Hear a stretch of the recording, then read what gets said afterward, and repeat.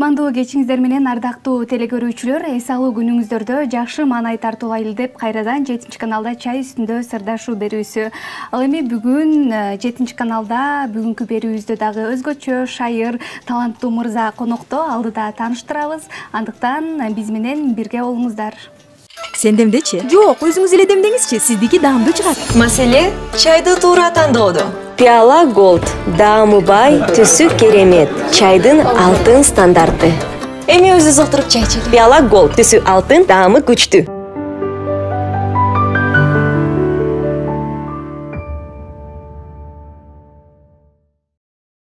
Чай үстүндө сырдашуу берүүбүздө өзүңүздөр билгендей эле келген коногубуз менен ушундай өзгөчө пиала чайынан ичип маектешебиз. Пиала чайы жөнүндө айта кетсем, пиала чайы сиздердин даам артыкчылыктарыңыздарды эске алып, дүйнөлүк эксперттер тарабынан жасалат. Андыктан сиздерге дагы биз пиала чайын сунуштап кетмекчибиз. Ал эми бүгүнкү эфирибизде келген конок менен тааныштыра кетейин. Сиздер дагы күтүп калдыңыздар окшойт. Өзгөчө үнгө ээ таланттуу мырза Мурадил Данияров. Кош келипсиз.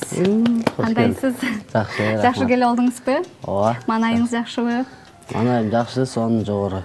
Келиңиз, алгач кыргыз элибиз менен амандашып алыңыз. Жалпы бизди көрүп жаткан бир туугандарыбызга, жалпы бизди көрүп жаткан ушу 7 каналдын жалпы жамаатына салам айтабыз.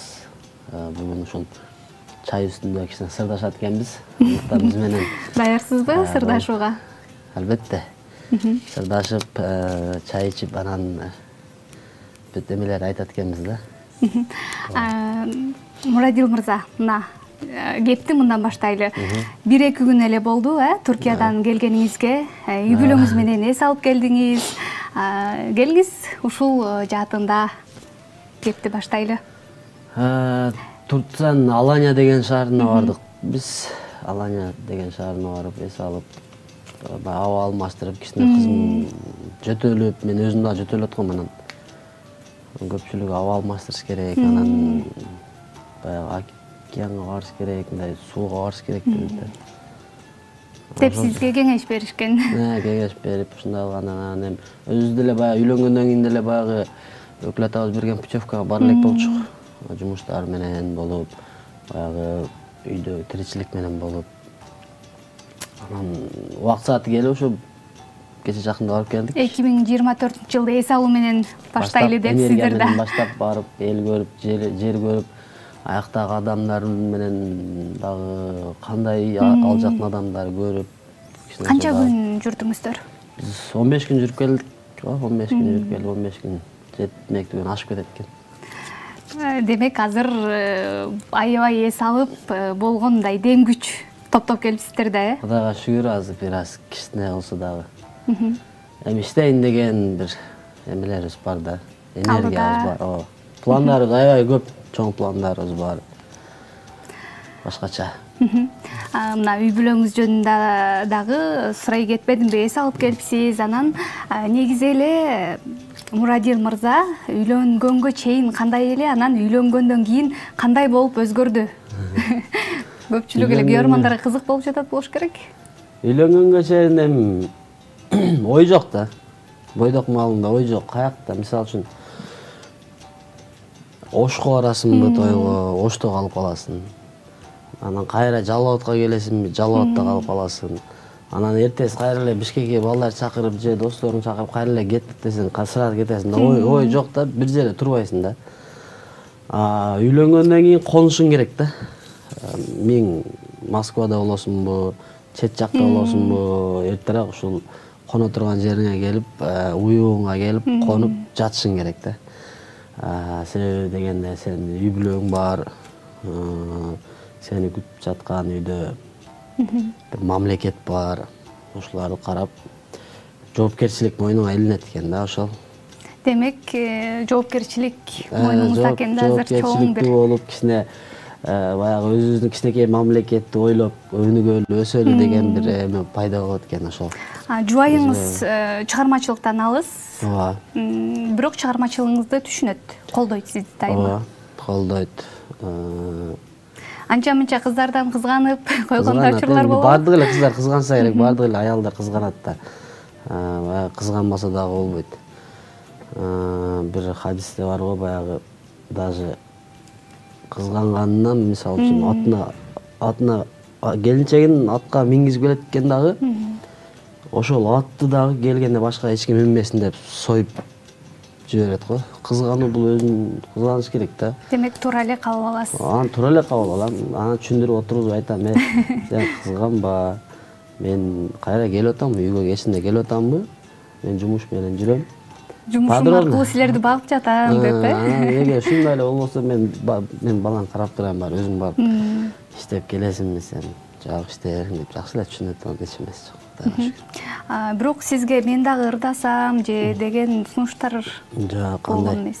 Андай чыгармачылыкка вообще кызыкпайт. Кызыкпайт, Чыгармачылыктан биртөө эле алыс. Даже сүйлөп эмеге деле, камерага деле сүйлөгөндөн тартынып, жактырбайт экен да. Баягы баланстабыз да, минус плюс. Баягы любой эмени Кудайым кошкондо дагы ушундай баланс кошуп коет экен да. Кудайга шүгүр эле, эч эме жок.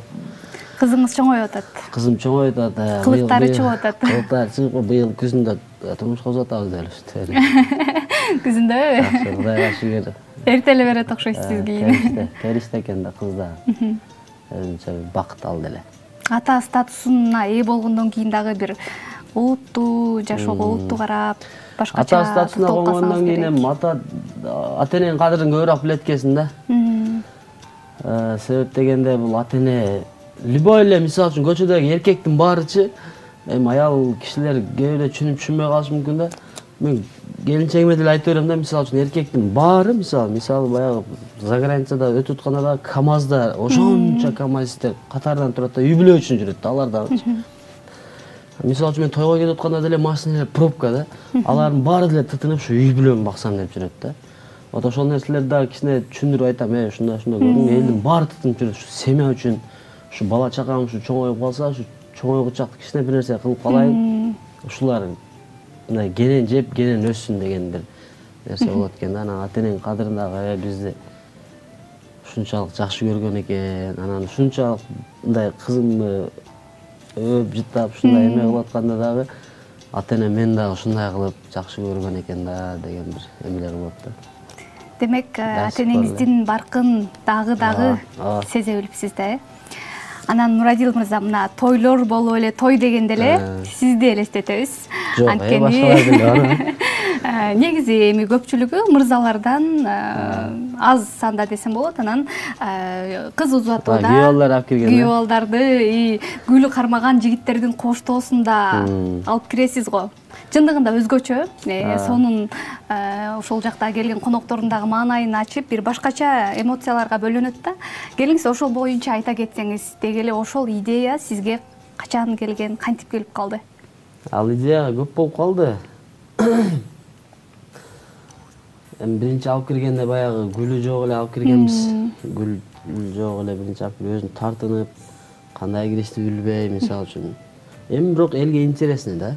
Анткени баягы мырзалар алып кирген жок эмес беле, анан жок, анын үстүндө дагы мындай киргенибизде башкача киребиз, кичине болсо дагы аура да. Баягы мисалы үчүн эми ким десем, мисалы Кубаныч акем күйөө баласы демесе, той ээси кыздын атасы Кубаныч болсо, анда бир Кубаныч акем күйөө баласы келет, бир катуураак кол чабып коюңуздар деген. Анын атын атап. Ата киргенде эле анан 5 энелердин таманында апаларыбызга күйөө балаңыздардын атынан гүлдесте дегенде гүлдөрдү алып тик берип.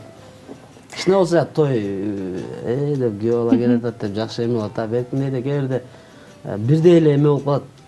Күйөө балаңыздар тосуп алыңыздар деп бир муска менен алып кирет, тургузат, ушундай болот. Элге да бир кызыктуу болду да. Бул эми баягы өзүңүз жок, Шергаз деген бир алып барчу иним бар. Жалалотто жетинчи каналда иштеген. Анан ошол иним бир алып кирип көрбөйсүңбү деп калды да, ошол. Мейли алып кирип көрөйүн деп анан алдына чыгып алып кирип жолдардын жанына туруп алып, анан башында ырдаганда ушинтип башкача кабыл алдыңыз. Ырда өзүм видеодон көрүп алган, бир аз эме алып, эмне кылыш керек экен, иреттеп, тактап туруп анан кийин бышты да бул. Анан элге дагы кичине болсо да жагымдуу болуп, өзгөчөрөөк болуп, эме болуп алышат ошол. Эми той учурунда чакыруулар байма-бай эле болсо керек. Ооба, көпчүлүк биздин эмелерибиз ушул кыз убатуу да азыр ушундай болуп калды. Кыз убатуу менен визитке болуп калды да кыскасы. Ошол учурда алып кирип жаткан моменттерде ата энеси кандай бир башкача көп учурда баланын апасы ыйлап жүрөт да. Кыз тарап кызын берип жатканда күйөө баласы ошентип эле кирип келатса, аларга дагы бир жагымдуу сезимдер болсо керек. Конечно. Мен өзүмдүн тоюмда өзүм ырдап киргем да.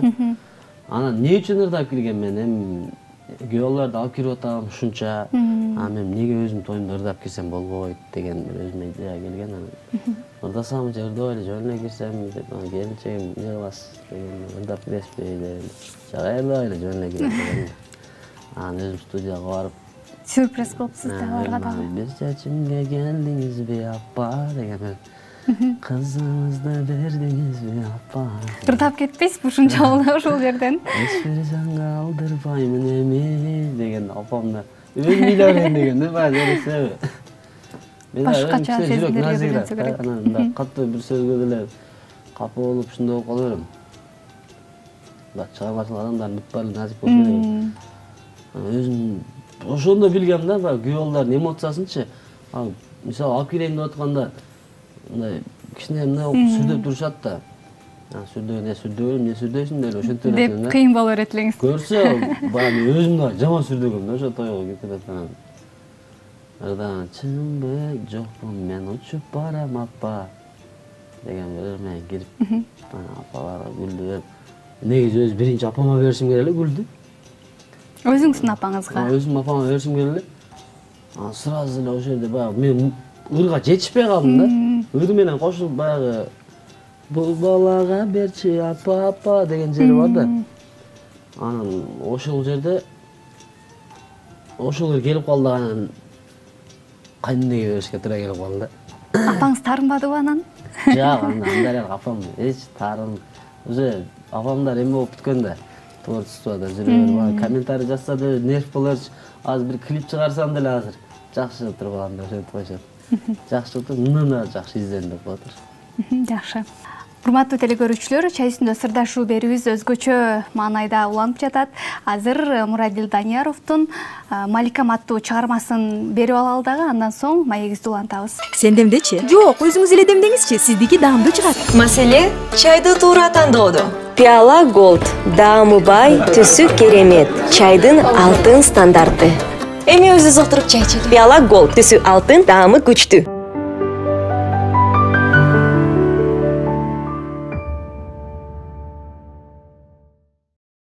Мурадил мырза, мына Маликам аттуу чыгармаңызды дагы угуп алдык, көрүп алдык. Эми бул чыгарманы кимдер гана билбейт, бул чыгарма сизди таныткан десек дагы болот. Анткени ар бир эле ырчынын өзүнүн бир өзгөчө чыгармасы болот да, элге тааныткан. Ушул чыгармаңыз боюнча да сурагым келип кетти. Бул чыгарма эми Келиңиз сизден сураналычы бир куплет болсо дагы. Vallahi ata деп аяш атамды алдын эле өзүм барсамбы, ай күнбөсө атам эгер сунушка алып эле анда качсамбы, ай күнбөсө атам эгер сунушка алып эле анда качсамбы дегенде. Маликам, Маликам. Маликам, Маликам, Маликам, sizge жарашат лирика, лирика, Маликам, Маликам, Маликам, ай бизге жарашат лирика, лирика. Сонун чыгарма чындыгында. Бул чыгарма эми өзгөчө чыгарма болду да.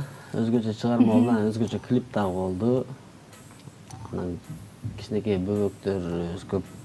Негизи күттүңүз беле ушул чыгармадан кийин ушунча бир көпчүлүктүн көңүлүнөн орун алат деп өзүңүз мындай сездиңиз беле? Мисалы андай сезбейсиң да, ырдач. Мисалы хит болот деп жазган ырың хит болбойт. Эми ачыгын айтыш керек. Ал белгисиз эми ар бир ырда ошо хит болот деп жазасың да. Ар бир ырдын аркасынан ошончо иштейсиң. Анан ошонун арасынан бул деле баягы базардагыдай эле ырларын алып чыгасың, базарга алып чыгып коюп коесуң. Кимисин алып көп ала турган болсо, ошонун эмесин сата бересиң да. Мисалы үчүн ошон андан мурун менен эмен чыгарган жолукпаган сендей деген бир ыр бар эле, ал бар эле, Толгоной бар эле. Ошолордун арасынан Маликаны тандалды. Маликанын угуучулары көп болду. Ошо кичине болсо дагы баягы могу лицобузду кичине элге таанытты да, ошолор менен кичине таанылдык. Ошону айтып коеюн деп ошо Мынанан чыгармачылыкта жүргөнүңүзгө деле көп жылдар болуп калды. Анан ушул кандай суроо берсем экен, чыгармачылыктан эмнени таптыңыз?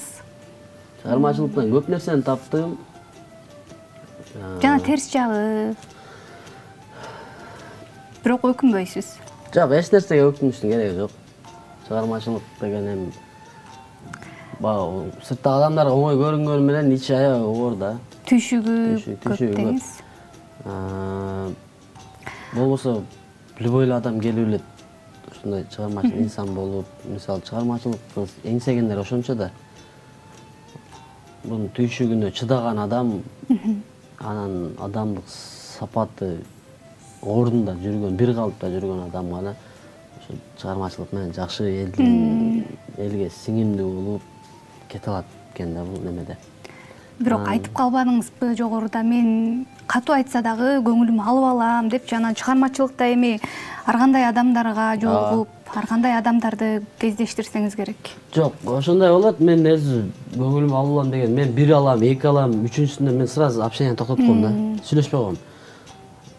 Бир жолу мүмкүнчүлүк бересиң, эки жолу мүмкүнчүлүк бересиң, үч жолу, например, эми адамда мындай нерсе болот да, мисалы үчүн мен например айтайын, сизге эле мисалы үчүн мен бир чай алып берейин дедим да. Чай алып берейин. Болду де. Чайым ичесиз. Анан экинчи жолу жүр. Баса чай алып берем, мен эме алып берем. Чай. Кел конокко болсо үчүн. Дагы бир чакырам, келип чай бер. Сиз кечкене келип эле чай ичип эле кете берсеңиз, мен эле чай алып берейинчи, кел. Чайдан ичип, кел мен тамак алып берейин, жүр. Кечкене сен алып бере бересиң деген ответ дагы болуш керек да.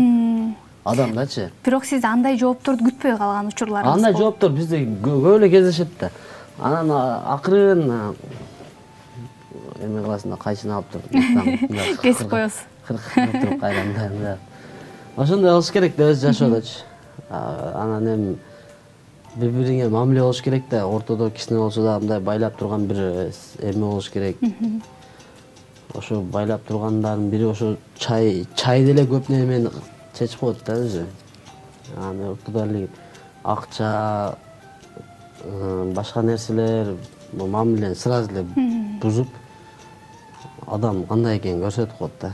Мисалы үчүн сизден 1000 сом берип жүрчү деп сурасам, сиз полный проблемаңызды айтып бересиз да, андан көрө сурабай эле коюшуң керек. Демек, алышып сурашмай деген болбош керек дебейсизби? Жакын адамдардын мамилесинде. Жакшы мамиле, до конца мамиле кылам десең, андай мамиле кылбай эле жөн эле эме кылып коюш керек да. Жок, берип жаман көргөндөн көрө бербей эле жаман көргөн жакшы. Чыгармачылыгыңызга кайтсак, мына сонундагы Түркияга барып эс алып, демгүч топтоп келип калыпсыз. Анан чыгармачылыгыңызда эми быйыл кандай өзгөртүүлөрдү киргизейин деп жатасыз? Же кандайдыр бир жаңылануулар болгону жатат? Чачым полный акка боесом да тамам. Чачым боеп, андай денелер көрүнө турган ачык кийимдерди кийейин деп атасыз. Сизге эми азыр хайптын деле кереги жок болуш керек. Жок, Кудай сактасын. Алыс элесиз да хайптан. Кудайга шүгүр эле акырын эми изделеткесин эми элдин баягы ырчылардын баардыгы хит издейт да, например. Анын арасынан да Кудайым берет мындай кылып, ким түшүп кетип атат, кимге берейин деп таразалап. Анан кечке тытына берсең деле ошо эле тент да. Атакем деген чыгармаңызды дагы көрүп калдым. Ошо клиби менен чыгыптыр, аябай мындай жүрөккө бир сезимдерди калтыра турган бир башкача клип болуп калыптыр.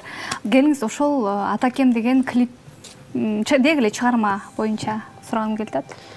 Атаке деген чыгарманы мен өзүм концертимде атама арнап чыгаргам да. Ошондо сөзү обону да сизге таандыкпы? Жок, сөзү обону башка бир досубузга таандык. Анан ал деген Өзбекстандык бир досубузга таандык чыгарма. Андан сурап анан ырдаганбыз да, алар аябай жаккан аларчы. Анан эми концертке даярдык болгондо эми Атаке деп, Атакем туулган күнү деп бир чыгаргам, ага клип тарткан эмесмин. Ал өзүм сөз обонума таандык болчу. Анан атам бир аз баягы апам клипке тарткан да, анан атам бир аз мындай атаң тартасың да. Мен тартпай деген. Ата деле баары эме да. Атанын эле жүрөгү бар да, анда да жүрөк бар. Анан ушуну да байкап жүрүп анан концертимде ушу срочно жазыш керек болуп ошолорду жазгам да, ойлонуп жүргөн элем анан. Ошондо концертиңизде белек кылып, күтүүсүз жерден атаңызга арнадыңыз. Ата сизге Кандай болду анан ошол жерден? Атам ошо көзүнө жаш алып, ыйлап, эме кылган. Анан бул клипте көп учурда баягы ата, мисалы, чоң ата, чоң энелерибиз сен кара, мен кара болуп калат да. Анан мына ушул клип мыкты болуптур деп айтып калбадымбы? Идеясы кимге таандык? Негизи эле клиптерде өзүңүз дагы идея кошосузбу же клипмейкерлерге айтасызбы? Башында сөздөрүн кошком да өзүмчө. Эрин Сыдыков агабызга айткам, Эринсаке ушу клипти мындай атам кечке эле мен карай беремби? Сен дагы карачы бары. Мен азыр жумуштарымды бүтүрүп келейин. Кечке эле биз эле карай беребиз, силер деле баласысыңар го. Силер деле карабайсыңар, апарыла да деп ошондой нерселер көп болот турмуштачы.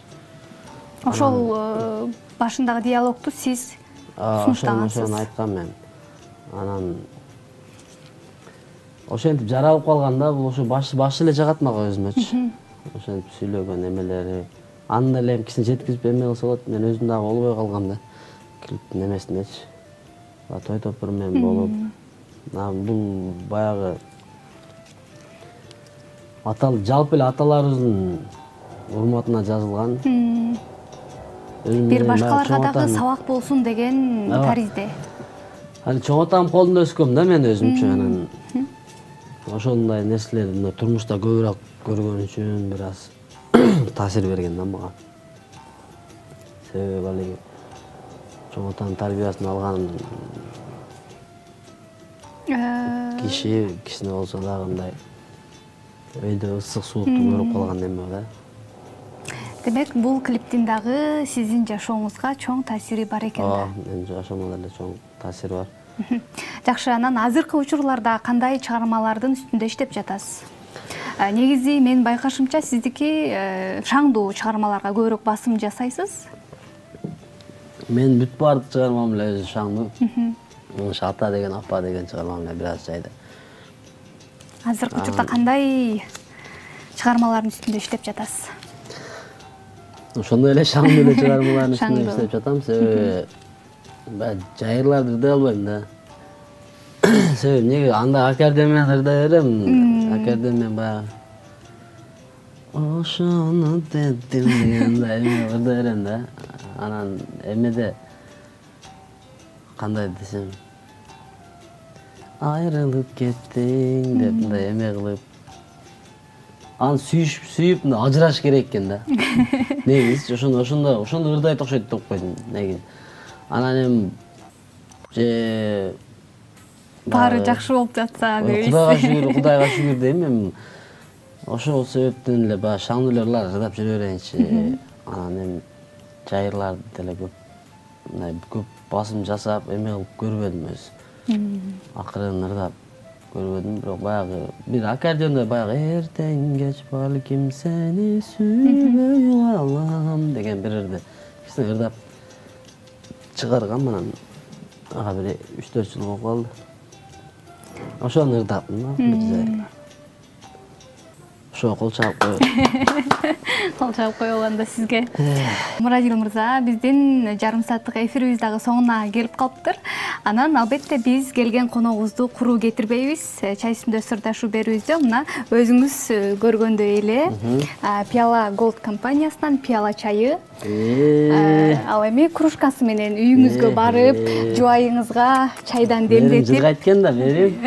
Жырга айткенсиң да пиаладан чай. Чай үстүндө сырдашуу берүүбүздү сөз кылып, ушундай чайдан демдетип, жакшы маанай менен отуруп ичип коюңуздар. Рахмат. Анан сизге эркин микрофон берейин. Рахмат чоң. Кийинки эфирлерде Кудай кааласа баягы аккордеон менен келип, аккордеон менен келип жакшы бир только ыр кылабыз да.